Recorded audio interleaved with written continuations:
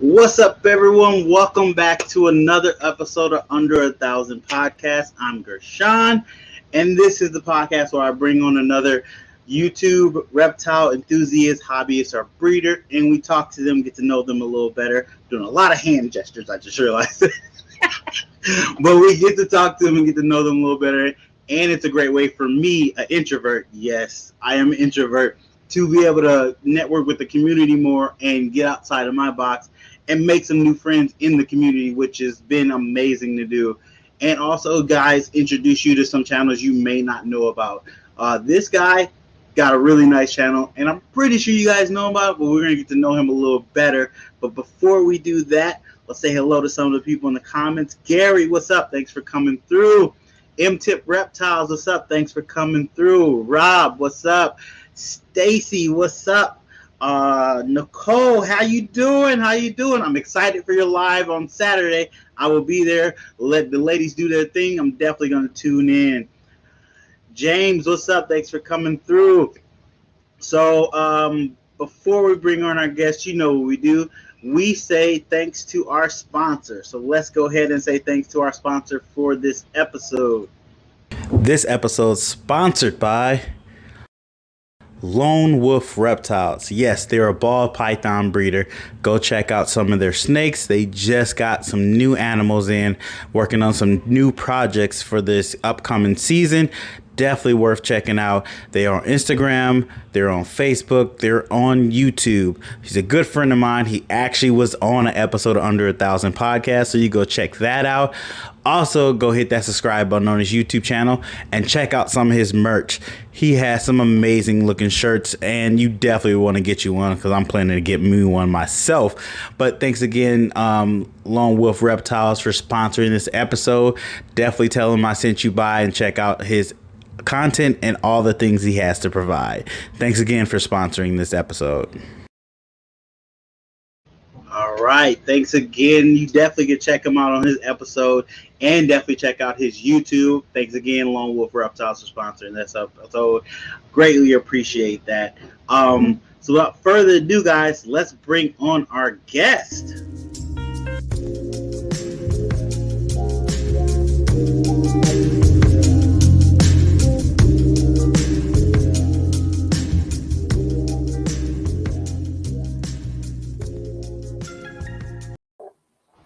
Hello. Welcome. Hey, how you doing?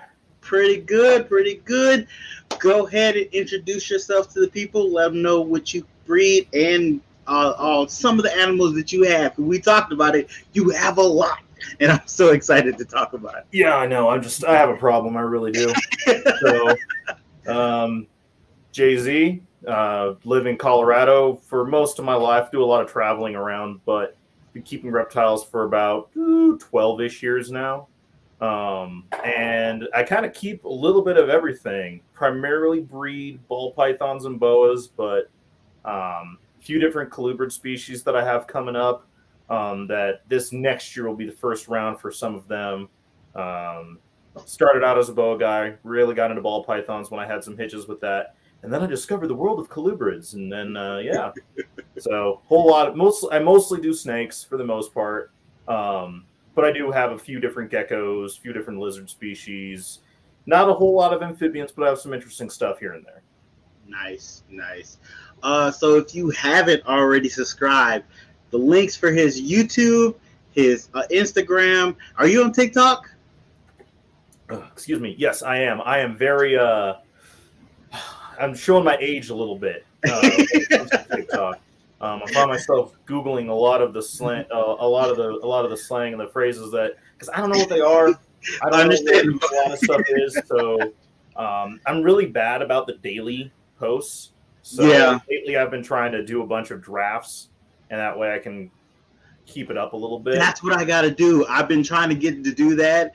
It's just hard to figure out what to put on TikTok to develop your audience and have them grow with you. You don't want to be too weird, but you kind of want to do trends here and there, but you still want to be unique. So it's really hard to figure out what works over there. But if you haven't already, guys, go follow him on TikTok, Instagram, and Facebook. Make sure you hit that follow button, that subscribe button, because you're almost up to what? Are you close to 2,000 subscribers? Or are you past it? I can't remember. 2,000. I want to say I'm around 15. I haven't actually checked that for a little while. Okay. So yeah, definitely go hit that subscribe button, get him up to 2,000, because that's a good number. It's always nice to show the love on YouTube. We're all about YouTube over here, so definitely go do that. But thank you for coming on the show. Greatly appreciate it. Not a problem. Definitely glad to get to know a little more about you, learn a little more about your animals and your YouTube journey. I'm very excited for that. Low Life Exotics, what's up? Thanks for coming through. Mike, what's up? Thanks for coming through. If you didn't know, Mike started his YouTube channel. Yes, I've been bugging him to start a channel. He finally did it. He did his first video and live yesterday, and yours truly was the first guest. Super honored to be the first guest. Go check that out if you can. You wait till this is over, but definitely go check that out later. Mike, I'm super proud that you got your channel going. I am expecting to see some amazing things for you in the future. You got this, bro. Amazing. Had so much fun on that first video. Definitely had fun. LKB Pythons, what's up? Thanks for coming through. Yeah, I got the Reggie gear. We'll see if Reggie shows up, but I got some of his gear. Amazing feeders for you. What's up? Thanks for coming through. Phil, what's up? Thanks for coming through. How's it? I'm gonna talk to you. He's doing like solar panels on his rat shed, so he can have that off the grid. I want to do something like that once I ever do start breeding my own rats, hopefully down the future. So I gotta pick his brain on that eventually, find out about that. Mark, what's up? Thanks for coming through. Appreciate it. Mains Morph, what's up, my dude? That's my homeboy. Go check him out. Check out his channel. He just posted some nice pickups he just got.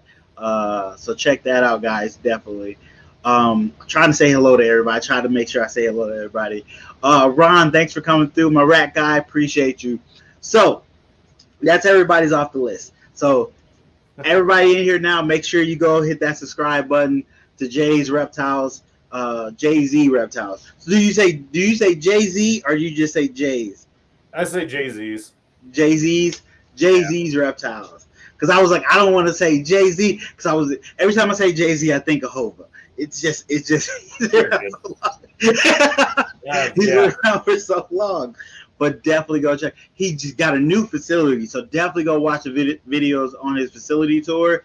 It's amazing. Like the room he has, the things he's gonna be putting in there. Super excited to see when it's all done. Oh, I'm very excited to see that. But this is how the show goes, and we're about to get into it. So we're about to ask you some questions and get to learn a little more about you once I figure out where I put the questions at. This is how you know it's live. I'm always messing up. You're good. So first question, how long have you had your YouTube channel? So I started in, I think it was the second week of January of 2020. Okay. So I very first got started going with that. I decided that I really wanted to get into doing more educational YouTube videos, reptile educational shows, doing them in person, doing them online and lives. And then COVID hit, and then so I was really able to dedicate a lot of time and energy to that. So yeah. So not too well, about 2 years almost. Yeah, kind of slow growing, but I kind of like it a little bit better because there's a good amount of people that I know are actual real people and I interact with fairly regularly. So I'd rather have real viewers and people who are contributing and asking questions and learning than just, bought and paid for bots. Very true. Very true. I feel the same way. I want there to be unique viewers that actually interact with the channel. Yep. Like I'd rather have 100 people that interact with the channel than have 1,000 people that never put a comment or anything. Exactly. I'd rather have that. So it does take a little time to get that up when you want actual people watching your stuff and interacting with it. So it takes a little more time, but it feels more beneficial. It feels like it's actually a community then. Yep. And it just feels better. Like, in my opinion, I could be. Some people might feel a different way, but that's how I feel. I just feel it feels better that way. So 2 years, not bad. To get to about 1,500, very good actually. So what is this is not one of the questions. I just thought about this. Sometimes I do this. Sorry. What is like your upload schedule? I do twice a week. Twice a week. I started doing 3 times a week, and I went, okay, this is way too much. I don't want it to get old. I don't want it to get stale. As well as I want to talk about stuff that at least I have a little bit of knowledge about, so I'm not completely talking out of my butt. And I mean, I slip up too, and people will call me on it, and I appreciate that. But I dialed it back to 2 times a week, and I still haven't really found my niche yet. But I've never had one, so. It might be not having a niche is your niche. That could be a niche in itself. It could. I mean, just to be able to go from so many different species and tell people your knowledge on them and your experience with them is an amazing ability to have and be able to do. And not a lot of other people can do that per se, which is a positive, which sets you apart 100%. Thanks. So let's talk about that T-Rex. Sure, let's talk about it. All right, so let's. Actually, this might. Hope I don't mess this up, but let's see. So if we look up there a little bit, no, wrong way, on my wall. So this is technically my podcast room. So this skull right here, it's a local Denver artist. He does limited princess stuff. He usually does like kind of macabre, like comic book stuff and Tim Burton stuff, but every once in a while he'll do reptiles, dinosaurs, nature stuff. And I think this was print 17 of 150 that I got. Okay. Those other 3, the big canvas prints, it's there we go, purple tiger retic, a mobile panther, and then an azurus dart frog. When my partner very first opened up her own shop, she wanted to do kind of like a nature and beauty before she figured out what her real niche was going to be and what her target market was going to be. And once she figured that out and changed it up, I got all the good stuff. So, haha. The red hog, I can't point, inverted. The red hog nose, it's a local artist down in Dallas. So any of the bro community that I just recently joined a little while ago. I'm in there too. Yeah, if you guys are in the Dallas area, go check out DFW Reptarium. This reptile photographer was very famous at a lot of stuff, and unfortunately he had an accident, and he passed away in 2020. So they were selling all of his artwork to try to raise up money and fundraisers for his widowed family. Down below is another local colubrid breeder here in Colorado. He does really cool stuff, and actually I'm going to do this so you guys can see it.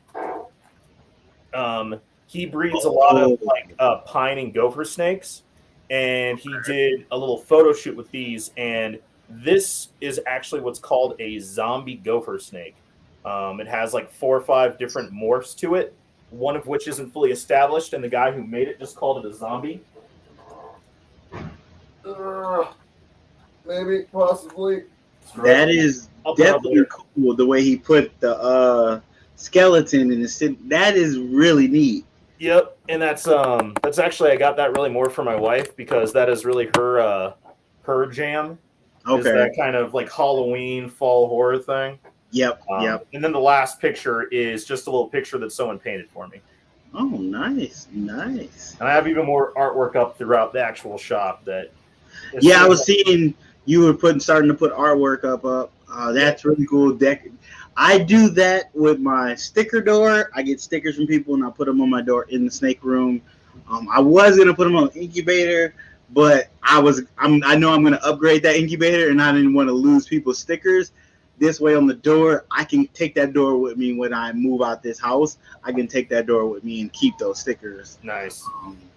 That's cool. I have a lot of people's stickers too, and I feel bad. I literally have 3 boxes of just stickers that I want to put on something important, but I don't know what to do.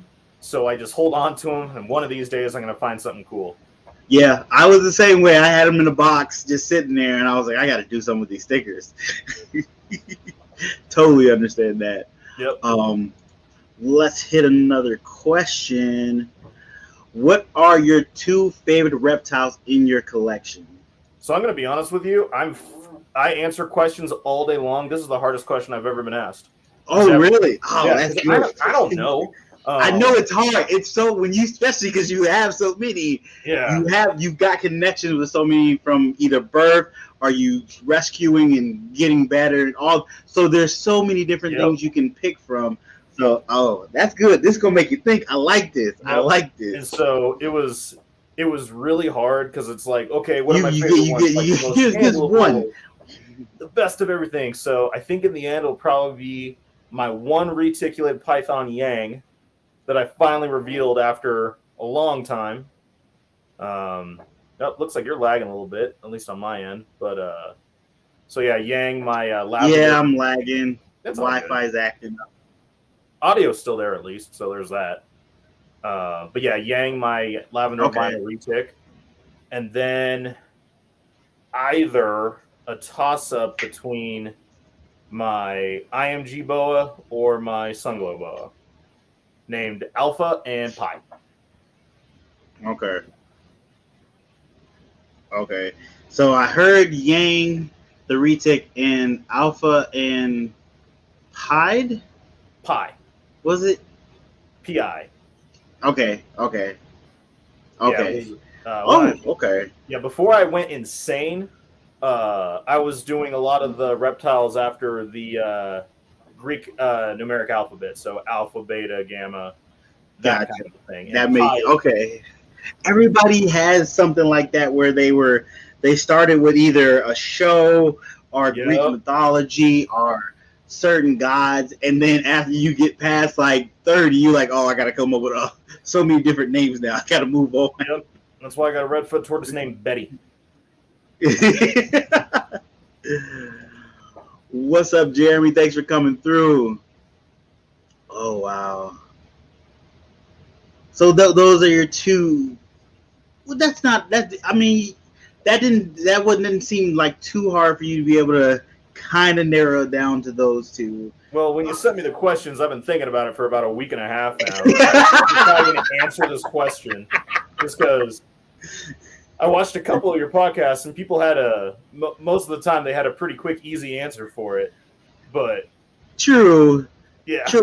But I know like that I want to see people be like, this is my favorite today, but on Tuesday, I really love this guy because he's so cool. But then the weekend comes and my lizard is very awesome to hang out with because you have those reptiles that you can just chill with. Yep. And they're super calm and they just help you get your peace of mind some days when you're having a hard day and you can just sit there with them and relax. Exactly. And that's very important. That's one of the beautiful things about this hobby is you have those animals that can be in tune with you and just hang out and realize you just need to chill right now and hang out with you. Yep. So that's an important thing. Okay. Sad but beautiful story. Yeah. I can understand that. Honestly, I like that better than like Zeus or sure. Anything like that. I mean, there's nothing wrong with that, but I kind of like that a little bit better. But this one has more of a story behind it, and it's more touching, which makes sense. I like that. Okay. Let's hit another question. So, what camera do you use to make your YouTube videos? iPhone. Oh yeah, see, another phone all day. That's what I do. I mean, I get why people use camcorders and everything, DSR. They do make beautiful, but you can do this with a phone. I do everything besides the live with a phone. Yep. Editing, videoing, all that. It works really good. It's a computer in your pocket, and you have it all the time. Exactly. I did some stuff with an actual camera, and I have a couple decent lenses for it, but doing the macro in and out and cutting and editing, it kind of turned into a bit of a pain in the butt. So I need a new phone. The new iPhone came with a better camera, and I was like, all right, we'll just stick with that. Yeah, totally makes sense. 100% makes sense. Um, do you ever I know some people buy like lenses for the camera for their phone where Mm-hmm. you can put lenses on that. Have you ever thought about doing anything like that?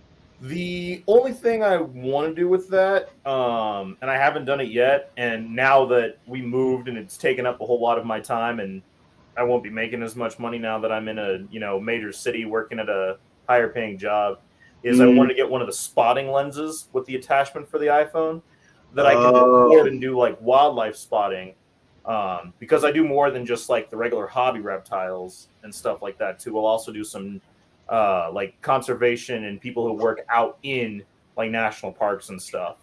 Um, and so I've been wanting to get one of those, but that took a back burner. gotcha.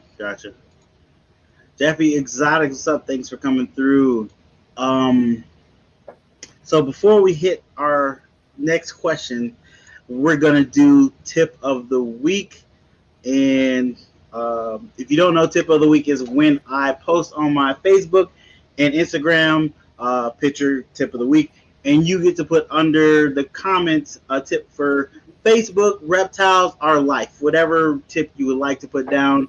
And whoever gets the most likes on their comment will get a shout out on the show on the next episode of Under a Thousand Pod. I usually forget to post until Saturday. I'm going to try to remember to make sure I post it up after the show. So here we go with tip of the All week. right, guys, for tip of the week this week, we have two actually. First one up, Arcadia ball pythons. My tip is join USARK. Join the fight. If everyone does something, we have a chance. Tips won't matter if our animals are gone. And the next tip is from Samson Snakeatorium. Call your senator, tell them to vote no on Lacey Act amendments in the American Competes bill. Great tips. 100% do both of those things and save the ability for us to keep these animals that we love. And that's tip of the week. So, guys, those are really good tips. And if you haven't already, definitely contact your senators in your state. Let them know to say no to the Lacey Act amendments. It is very important to do this. It will the act will definitely hinder us from keeping the animals we like because I'm not 100% sure. I always get this wrong, but it limits the transport of animals across state lines and the export of animals into the United States. I'm pretty sure there's more. Do you know Yeah. anything else? Okay, So I go ahead. can give you a breakdown, but I will say this: my friend Ryan McVeigh, he did a like little roundtable with his wife, Phil Gloss from USARK, and Dave Kaufman, Mm-hmm. and it was about a little over an hour. But they do a very good job of breaking it down and what the ramifications are and all the things like that. But basically, what it means is that all the animals that USARK already fought for a couple years ago, so the big constrictors, the salamanders that were allowed to be transported between states, that Mm-hmm. immediately goes into effect. So again, any retics, the anacondas, the rocks, the berms, all of that will be illegal to transport in the United States, which includes like for all of you guys in Kansas City or a border town, veterinary stuff, technically illegal. Um, and then the big issue, the scariest thing, is it creates a black and a white list, which the white list is what animals will now be allowed to be imported into the country and to be transported across state lines. The scariest thing about this is that it makes it so U.S. Fish and Wildlife can add to that list whenever they want with zero discretion, without any counsel, without any vote, without any discourse. And that's the scariest thing. And that also includes zoos, educational facilities. Hey, what up? Uh, and includes, so even for like an endangered species that is found, and we want to try to conserve and have well balanced, healthy breeding populations that are diverse. Mm-hmm. Zoos cannot get those at all. So what it's essentially doing is that it is going to kill the ability to continue to reproduce them. Yeah. Which will then inevitably get rid of our ability to keep them. And that is step one. So, the animal extremists and the animal rights people, which there's a big difference between animal rights and animal welfare. They want to make it so no animals are in captivity, period. Any zoological, any conservation, livestock, research, pets, doesn't matter. Really? That is their end goal. They are thinking 20, 30, 40 years out, and they're starting with reptiles because they're the ones that most people don't like. And because they already had legislation passed once, this is what they're doing. Like this Lacey Act was paperclipped into the Competes Act from Marco Rubio down in Florida because this was the legislation that he tried to pass in 19. And he paperclipped this in. Yeah, I remember when it first came out, and how we started to get people together to fight it then. Yep. Now we're back doing the same thing. And like, I get the human, the animal rights people that want to eliminate people from having pets. I to an extent, but the idea that is a better way to go about it is eliminate everybody having pet, realizing that it eliminates zoos from having animals, or zoos from being able to keep animals that would otherwise be extinct in the wild. Mm-hmm. So you're really okay with letting these animals that you say you love go extinct because you don't want people to have other pets. Because you're not just affecting one source of animals, you're affecting all sources of animals. Yep. With one big bill. That's why you can't just have one big bill like this, because it affects multiple different animals. Oh yeah. Even when they do the whitelist, there's going to be so many different people like, why this didn't make the list? Why did that make the list? Yep. And that's going to be a fight in itself. And you're going to be back here. And it's not going to stop. They're never going to stop. So we have to keep fighting. And USARC are the people that are the only ones coming to fight. They came out to Colorado a few years ago to help out with some overreach of one of our governing bodies about keeping animals. And it's still a mess, but they made it a lot better. Yeah. Wiz, thanks for coming through. Jeremy, what's up? Thanks for coming through. You're not late. It's plenty of time. Yep. There's so many comments. Yeah, you guys started commenting. You guys know how this works. Sometimes you over-comment me, which I appreciate. Throw them comments in. And I miss them, but I'll get to them when I can. Definitely try to make sure I say hello to everybody that came in. I see one question. Jeremy asks this. You don't have any, do you? I do, actually. Oh, do you? Okay. Mm-hmm. So I have a Sonoran brown millipede. Okay. And I have a couple different species of isopods. Okay. So do scorpions count as that? They don't count. Okay.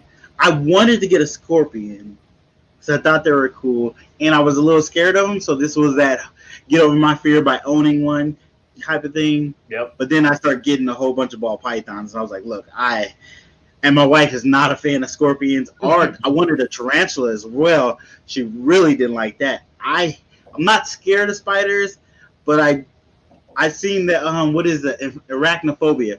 That movie did kind of terrify me as spiders, so I wanted to get over that fear. And I seen this one spider that has like blue hairs. It's almost all blue, and it looks really cool. And I was like, I could get that spider and get over my fears. But then I was like, I need to learn about spiders before I get them. And then also, I need to make sure my wife is okay with it, because I like living in my house, and I don't want to get kicked out. Oh, so you only have that many. So are you planning on getting any more? Are you going to move away from them? We'll just have to see. Oh, I forgot. I also have a colony of hissing cockroaches. Okay. It's mostly just kind of a time thing. If I can get kind of more established, or maybe in the future, a little bit of like part-time help, keeping care of like just daily maintenance of snakes and stuff, maybe.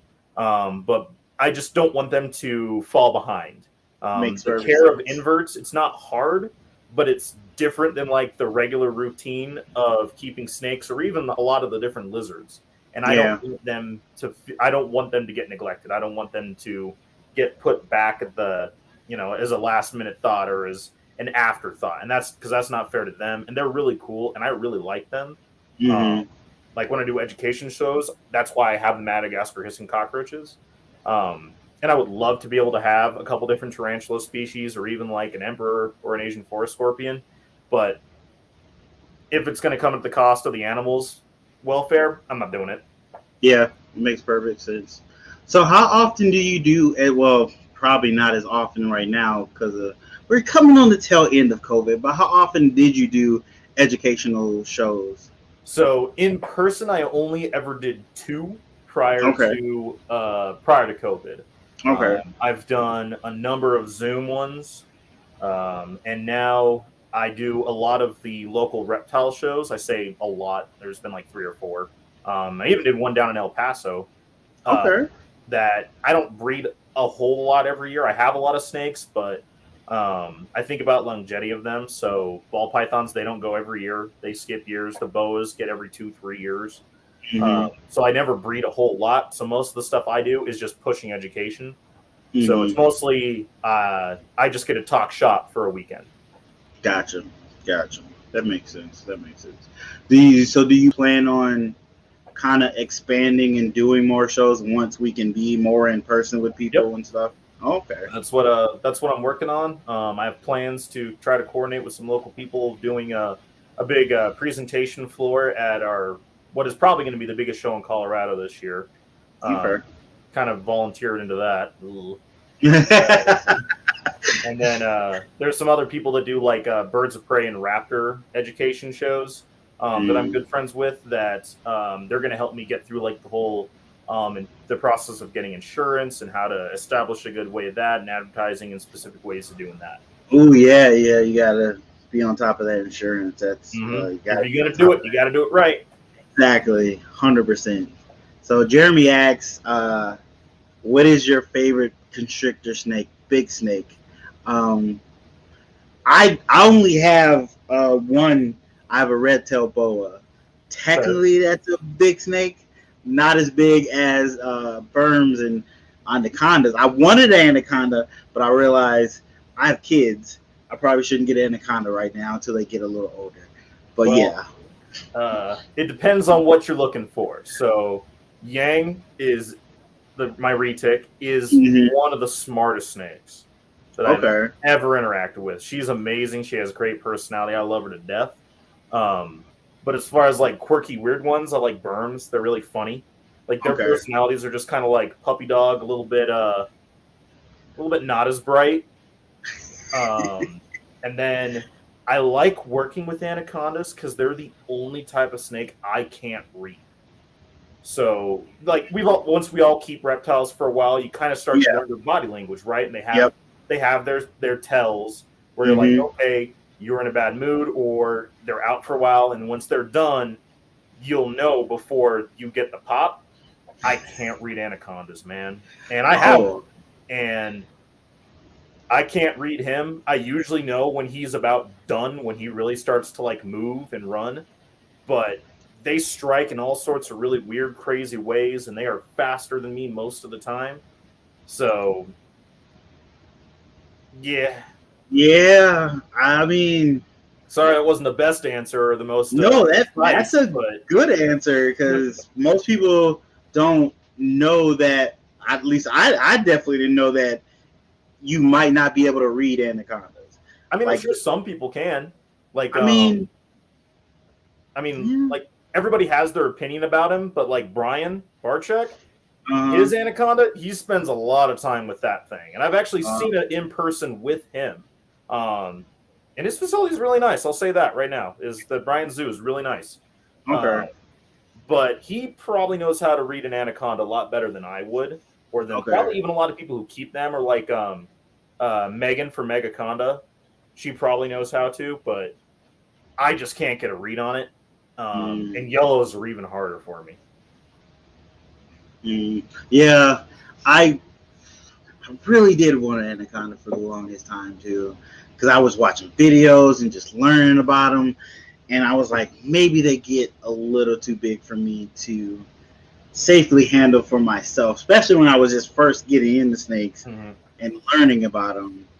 But boy, did I really wanted one, partially because of the movie. Not gonna lie to you, partially because of the movie. But then I liked that they were like, I don't even know if this is the right word, aqua snakes, more like liking to be in the water snakes. But that setup is something you really need to have space for them. You really need to have the space for them to be able to stretch out and do them justice with that space. So that was also another factor, is I don't think I can give them that kind of space. And if you're going to get an animal of that size and not be able to give it the space it needs, it's not worth you getting that animal. It's not fair to that animal for you to do that to them. Absolutely. And I will say this too, because they like to spend a whole lot of time in the water, that's where they do their business. Yeah. And anaconda stuff is not fun at all. A lot of them don't like to switch to rodents, so it takes a while. Yeah, a lot of them like to eat birds. Okay. And so, if anyone has ever fed like quail chicks or like little things to their reptiles, it's not great. And in the water is even worse. Celtic Boss, thanks for coming through. You're not too late. You're always going to rewatch it, but thanks for showing up. Appreciate you. Speaking of which, if you haven't, go ahead and hit that like button, because apparently YouTube likes it when you guys hit the like button, and I like that YouTube likes that. So if you could hit that like button, greatly appreciate it. Rashad, what's up? What's up? Yes, Rashad just got a beautiful reticulated python. I forgot, Rashad, what morph is it? Because I don't know reticulated pythons morphs necessarily.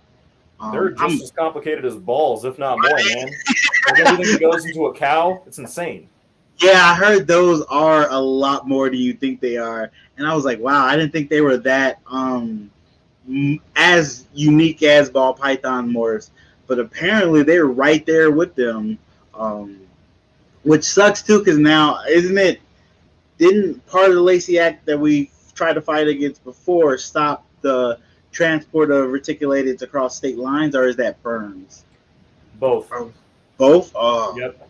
So it was both kinds of anacondas, retics, berms, rocks, Indian rocks, and 200 plus species of salamander.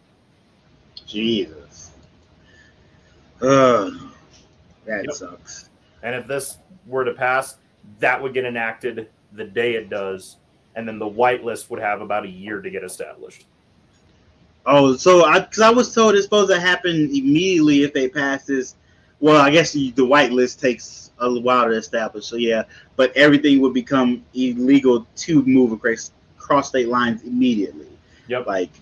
Which is another big reason why Reach Our Reptiles and everybody is trying to get the dwarf retics established as a separate species, because honestly, they kind of are. Yeah. The yearlings keep fish. I don't have any fish. Well, so I don't have any fish. My son and my daughter have fish that I take care of, because that's the way that goes. But they're just like goldfish, and they're not like super cool fish or anything. Actually, my wife put some other fish in the fish tank, and I was like, hey, those fish are a little too small. I think the bigger fish in there will eat them. And what do you know? They ate them. So I'm feeding fish apparently. But yeah, those, I have like goldfish and stuff like that. Nothing too drastic. I wanted to get, my friend used to have, what are those? Are they mantis? Stingrays. My friend used to have stingrays. He actually had a stingray give birth. And I kind of was trying to get into stingrays for a little bit. But then I realized how much work that is to keep that tank in. I was like, nah, I'm good. Yep. And honestly, most stingrays get too big for most of our stuff, man. Like even the small ones, they can get over a foot wide. Oh, wow. Yeah, like the little teacup ones. Sorry, I started out doing fish, and then I moved to reptiles. Okay. I heard fish are like twice as expensive as reptiles, between the cleaning of the tank, the waters, the what is it?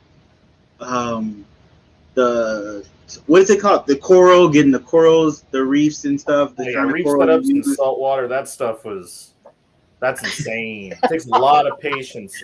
a lot of water chemistry knowledge, and they're really beautiful and they're really pretty, but it takes a lot of upkeep. Okay. So it's a platinum lavender albino golden child. Nice. Cool. I like golden childs. It looks amazing. I know he was super excited when he got it. He's plastering it all over on TikTok. So go check out 212 Exotics on TikTok. Check out that new pickup he got. He's supposed to be back on YouTube as well. So hit him on TikTok and yell at him, tell him we need some YouTube videos. I used to have fish. You should have fish water. Okay. Yeah, I knowing the work that would go into certain tanks and stuff. That's why I like pulled away from fish. They're cool. I give it to you. They're cool. I knew I had another friend that had I don't know what kind of shark it was, but he had a shark, and it looked super cool. And I was like, oh, I would like that, but that upkeep. It's a lot. I can't do it. I can't do it. I don't have that kind of patience. See, yeah, a lot of us won't be able to take care of fish. We can take care of snakes. Fish is a whole nother thing. So it's more enough work. Oh, okay. I'm gonna hold you to that, Rashad. I'm gonna hold you to that. So let's go ahead and hit another question. Do you breed or buy your reptile food? So for a long time, I did breed. Okay. For like the first 3 years, and I hit around that like 40, 50 snake mark. Mm-hmm. I started to breed. Had a really big colony going, like seven tier racks and grow out troughs and all that other stuff. But situations happened where I was living at where it just made it where it was really not a good idea legally. To continue to breed breed the rodents. And so I shut down my colony. And so right now I'm buying my own, but because of how far out I am now, really considering breeding again, but I haven't fully pulled the trigger yet. Okay. Just because once you start breeding rodents, especially at any sign of volume, you spend probably twice as much time taking care of rodents as you do with your snakes. Yeah, that's the only thing that's keeping me from breeding is the time it's going to take to do that properly. It will, limit my costs slightly, and I can sell stuff. It's slight. I said slightly, slightly, but for that slight cost change, you're taking that time out for that. Yep. And in the long run, that time might cost more than the cost that you might be saving from breeding your own. But then there's also the knowing what's going into your rats, which is going into your snakes. That's also a positive thing. But if you can find a good rat breeder, you don't have to worry about that. You'll be good. That's true. So there's pros and cons to it. Exactly. You gotta weigh both those out very carefully. Because once you get past a certain amount of snakes, buying rodents, especially if you only have live feeders, if you only have snakes that eat live and you don't have ones that eat frozen thawed, it gets expensive. And that cost can just shut you down itself. The main reason why I started doing it was because of the babies. Like, it's hard. Yep. Like, a lot of them don't want frozen thaw. It's the ability to just like, all right, you didn't want to eat, and just like always a ready supply of little ones to feed to them. Yep. It's a lot easier. Yep. Then you got to deal with shortages from other people and availability, reptile stores, all that, blah, blah, blah. You get the reptile upcharge at stores for rats. Why am I paying $3.40 for a pup? That's ridiculous. Yep. But you forget they got overhead. I understand, but Jesus, $3.50 for a rat pup? That is ridiculous. Yeah, prices are going to go up, man. The rat food has gone up $10 in the past 2 years a bag. Very true. That's something else to be pay attention to is the things that you need to take care of those rats. When those go up, the rat costs go up. Yep. So you got to start budgeting for that now too. The wonderful world of snake keeping. Yeah, when you very first started keeping snakes, no one told me that I would have to learn how to be a plumber, an electrician, a carpenter, sometimes working with welding as well as a small animal rancher. Yeah. I've picked up so many new skills. I've learned how to solder. I've learned how to cut wires, things I didn't think I would be doing. I'm learning how to put fans in the refrigerators to make incubators. Oh, wow. So much. Yep. DNA Reptilia, thanks for coming through. For me, finding small rat pups is a challenge. Yeah, Yep. I can understand that. I didn't even read his comment. I did read 9 years. Yeah, money pit bull. Whether it will get a good curse. Ugh. Yeah, I mean, I heard some of the money is good with it. Because I heard some of the, I forgot the word again.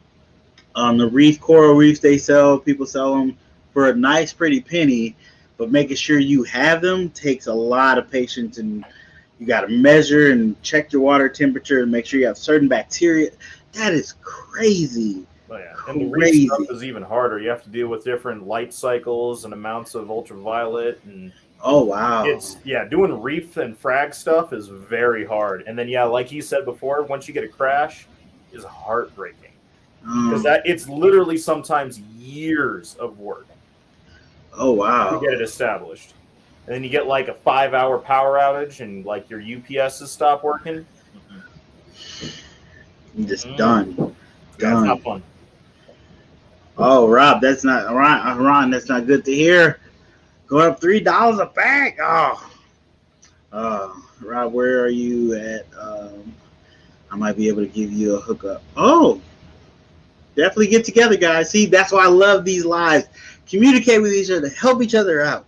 Yeah, actually, that'd be really cool because it looks like you can actually start to buy the rodent block from Mazurai, but you have to pay for freight. So if a bunch of people in an area all chipped in, y'all could order a pallet and then split it up. Any way to save a couple bucks, definitely got to do it. That gets you networking with people. Never know when that might help you down the road. Something might be able to help you build some stuff, help you move some stuff, or hand you out with some new rats for your colony. You never know. Yep. All right, let's hit another question. What do you use to edit your videos?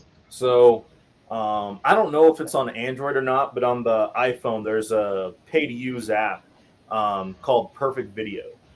Okay. That doesn't do everything, but it can do a lot of different stuff. It can do a lot of different clipping. I can insert a lot of stuff, do video over video, speed up, slow down, like the basic stuff. Yeah. Like it does a pretty good job. And honestly, video editing has never been my strong suit. Like I understand. Like I can sit there and talk to crowds of 500 people about my little yellow danger noodle. That sounded better in my head.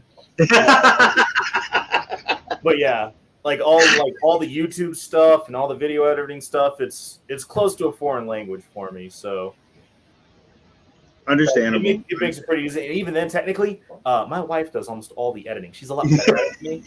So yeah, she is the cameraman and editor. Okay.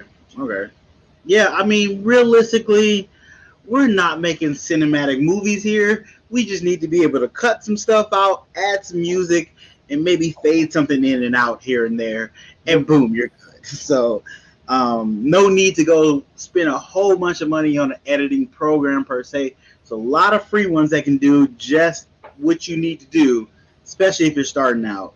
Yep. You get the free ones, no problem. One of these days, I'm gonna put a list out of good free editors. I'll put that in my notes to try to do that in the video, because some people don't know, and it's better to share the knowledge and help people grow. It'd be cool to get a list because there's a lot of trial and error and what works best for everybody too. Yep, very true. I know I switched from editing on my computer to my phone because I could render everything faster. Yep. And it took less. On my computer, it would take 3 hours. Also, I had a very old computer, so that didn't help much either.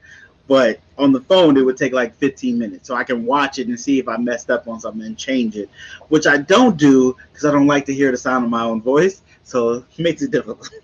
Yep, and I get that. That's how I end up getting screw ups and people calling me out and stuff. I usually just wait to be like, hey, let me know when I messed up, and we can talk about it on the next video. Yep. Oh wow. What do you say? You can order my road food from me also. Okay, you see, look at making connections, guys. I love it. I love it.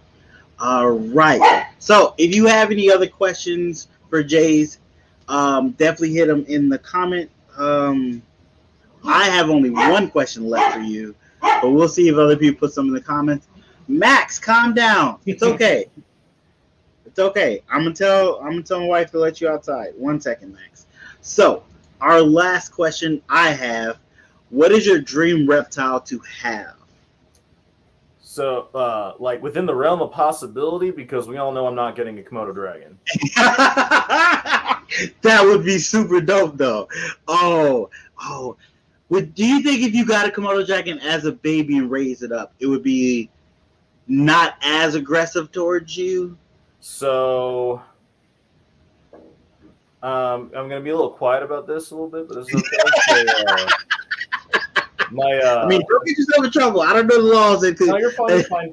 A good friend of mine actually works at the Denver Zoo. Okay. He's been on a couple of my podcasts, and he's been on like my Halloween videos and stuff, talking about some of the stuff he keeps. But he works in tropical discovery at the Denver Zoo. And one of the animals that he is in charge of taking care of are the Komodo dragons, including the baby Komodo dragons. Oh. And while I've never been allowed to personally handle them, we have gotten some pretty cool up-close stuff. In talking with him, who has done a lot of research studies in collaborative groups, especially with a lot of zoos in Germany, essentially, as far as behavior goes, very similar to an Asian water monitor. Okay. Very similar. Okay. Interesting. They're very smart. They remember individuals. They remember patterns. They remember times. They can be very habituated and very amenable to people. They have their favorites. So. Okay. But so it is possible if I ever get filthy rich to have a Komodo dragon. I mean, if you ever were to get your own wildlife park and establish it, then yeah. Like my friend who used to work at the Dallas-Fort Worth Zoo is starting up a new place down a little bit, like in between Austin and Dallas. I think it's called Reptiles-Under. I know they're working on getting some stuff, and that is a possibility where they may end up getting a Komodo dragon at some point. Oh. But I don't really know. I haven't kept up with them this last year. Okay. But so since you can't get a Komodo dragon, what would be your second pick for your favorite dream reptile? So my initial go-to was a Boelen's python. But again, talking to my buddy who did that, his name's Ari Flagel. He's one of the like premier guys who does research on the Boelen's. Okay. I don't feel comfortable, at least for a while, to be able to dedicate the time because their care is a lot different than most snakes. So I'm going to say a rough scale python. Oh, I've never heard of that. So they're really, really cool. They are one of the most hard to find rare snakes in the hobby. They come from a really weird, geographically isolated area in Australia. Basically, if you took a Angolan python mixed with a carpet python mixed with a bull snake and gave it turquoise eyes. Yeah, I see it. They have one of the largest, some of the largest teeth per head size of any snake. Okay. So, like the emerald tree boas, the dumerals, they're the ones that have the largest. Yeah. The rough scales, they're not as large, but they also don't get as big. Okay. So in relation to size, they have the largest. Yeah. Okay. Oh wow. This is not a bad looking snake. It is pretty cool. Yep. Oh wow. And they're called the rough scales because they have those keeled scales. I was just about to ask you that. and they feel very like they just feel weird because they move and act and operate like a carpet python, but it feels like you're holding like a bull snake or a rattlesnake. It's really crazy. Okay. Oh, wow. Nice. See, now I'm starting looking into these because I used to have green tree python and I used to have an emerald tree boa. Mm-hmm. I know maybe in like 2-3 years I might get back into both of those. I would like to try to breed both of those at least one time to see how that experience goes, especially with the emerald tree boa giving live birth. I think that would be amazing. But they're very gotta be patient with those. There's a lot of heartbreak in those, and I know it's once you get their setup good, you're fine. You just got to stay on top of their setup and everything being right. After that, you can work with them and be able to handle them to an extent. I had a friend that had a green tree python that he never touched. It got mites, and he had to be able to clean it, and he didn't know how to do it without not touching it. So I had to go over there and work with the snake, got him used to being handled, and was able to get the mites off of him and clean them out. And he was like, "How did you do that?" And I was like, I just, you have to give a sense of relaxedness when you're working with a stressed out animal. Yep. You've got to make them not fear you and let them realize that you're there to help them and not to hurt them. And you got to go real slow. You're not moving quickly. So I try to teach him how to do that a little more so he can get used to handling the animal and get comfortable with the animal, and the animal can get comfortable with him. He got bit one time, and he was like, "You know what? I don't think I'm going to keep this guy." I was like, "Oh, come on. I've been bitten multiple times by my green tree python. You just got to take that bite." Yeah. It hurts. It hurts, but you just got to take that bite. Yeah. Beox are pretty quick. And that's what it was. It was a Beox, so that was I believe they're the more aggressive of the localities. And I was like, you probably shouldn't have got a Beox. You should have got is it a Roo? I think it's a Roo. Is that how it's pronounced? Yeah, the Aru. So there's the Beox are the most common because they're the ones that have the biggest import capability. So that's why they're the cheapest. Okay. Everybody gets them. Yeah. But then you're dealing with imports, you're dealing with farm hatched, and they're the most reactive. They're the ones who haven't been worked with as much because they're the ones who pretty much start yellow, go green, stay green. That's it. They don't have all the other ones like the Aru and the Cyclops and the the yellow one, because there's one that stays. Yeah. Starts with a K. It's like almost like canary, but it's not that. But yeah, the Beox, it's because they're mostly imports or first gen, and they just haven't been worked with as much. Like I've handled Beox, I've handled Arus, I've handled the designer ones, but my Beox hates me. But I didn't have a choice in him. It was, hey, do you want this thing? And I was like, I guess so. Oh wow. Okay. Yeah. I mean, yeah, it'd be nice to work with them again. I just to dedicate the time to make sure to stay on top of cleaning their tanks. You got to be on it because it just takes one slip up or forget to do something, and they're not as forgiving as ball pythons. You got a little bit of leeway, but they're nowhere near as forgiving with ball pythons. Yeah. I will say that the easiest thing about chondros is once you get their setup, and if you put in a little bit of automation to it, it's a lot easier. Okay. So like automatic lights, 12-hour cycles, automatic misters that you just have to refill the thing. And a lot of their stuff is dependent on where you're at. Like I know people down in Dallas who keep them a whole lot different than how I keep them. So, thank you, Celtic Balls. I appreciate that. You know, I try to look good for y'all sometimes. So that's all my questions. If you have any questions, throw them in the chat. We'll answer them right quick. But we're at the end of the show. So is there anything you want to promote? Let people know you got coming up. Anything you want people to know about? Go ahead. Floor is yours. I mean, if you ever want to go check out my channel, super appreciate it with the likes and the subscribes. I'm trying to make it so that way I can be doing educational stuff full time. with a little bit of breeding. If you guys want to check out, I mean, I don't do like I said at the channel, I'll give updates about what's being paired, what's popping out.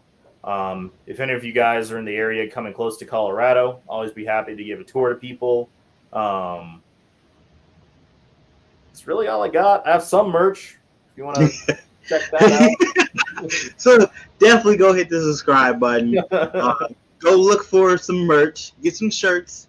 If you're in Colorado, go look for a tour. Here, hang on. Yeah, because you got a couple of different logos. I do. So this is actually my favorite design right here. Okay. So all my designs are done by like local artists and stuff. And this one, because I'm I'm an evil left-wing sheeple snowflake working for the deep state.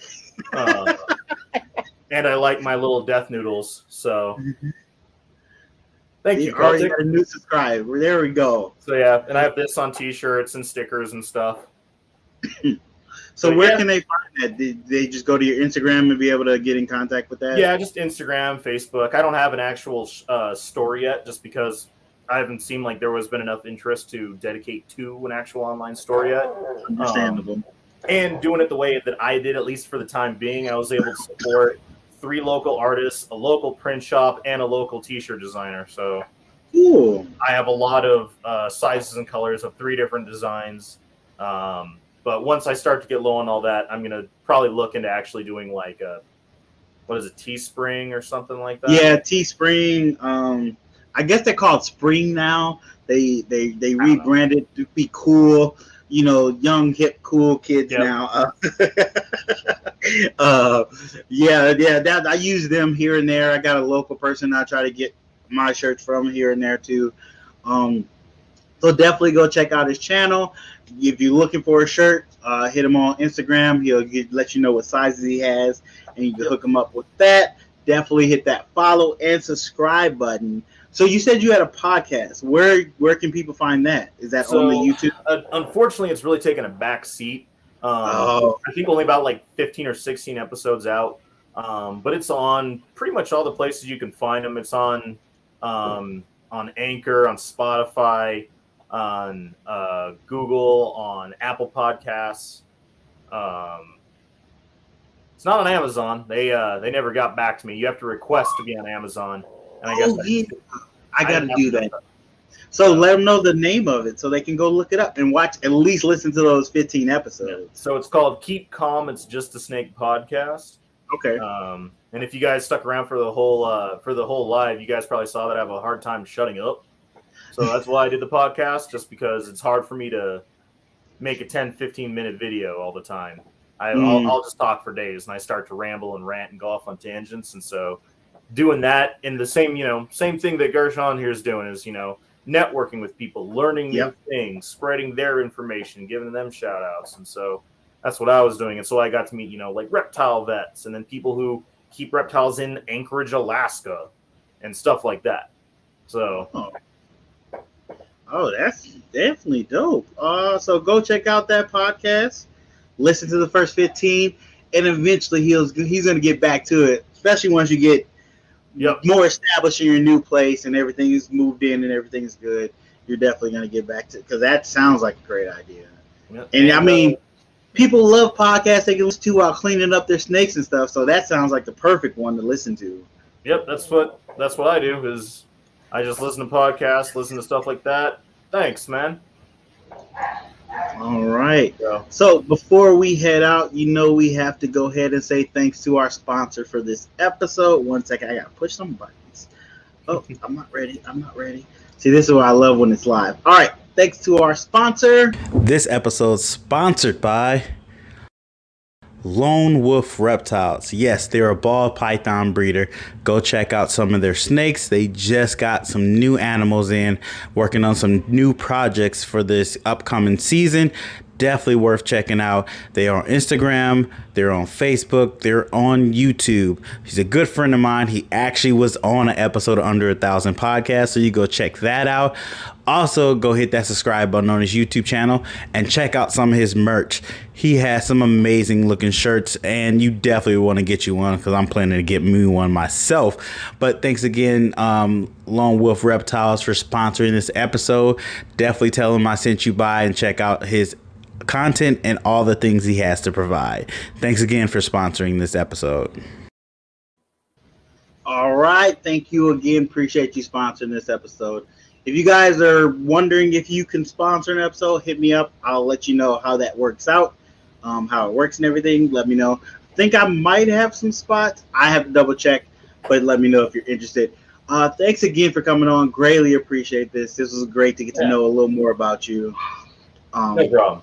I'm definitely excited to see the full tour when everything's done in the facility and see how it looks. I'll definitely be checking back with that. Super excited. I'm never done. I still got. I have what used to be an indoor pond that I'm thinking about putting in the middle of one of the sides. Oh, really? Yeah. Which I know is not the smartest idea I've had lately, but I'm never done. I'm always changing it up and moving stuff around. And man, sometimes you got to dream big. You never know where those dreams might take you. Yep. All right, everybody. Thanks for coming through. Greatly appreciate it. As I said before, make sure you go subscribe to his channel. Hit that follow button on his Instagram and his TikTok. Let him know you appreciate him doing what he's doing.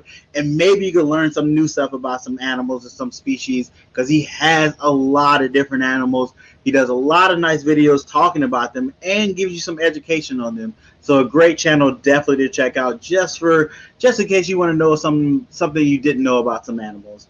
And I'm sure if you ask him some questions about some animals, he'll give you some new facts that he might have not talked about yet. So do that too. Hit those comments. Thank you guys for checking out the channel. Greatly appreciate you guys being here in the live, hitting the thumbs up, and being in the comments. Appreciate all the love you guys show me. Check me out tomorrow if you have any free time. We're doing another mealtime video coming tomorrow.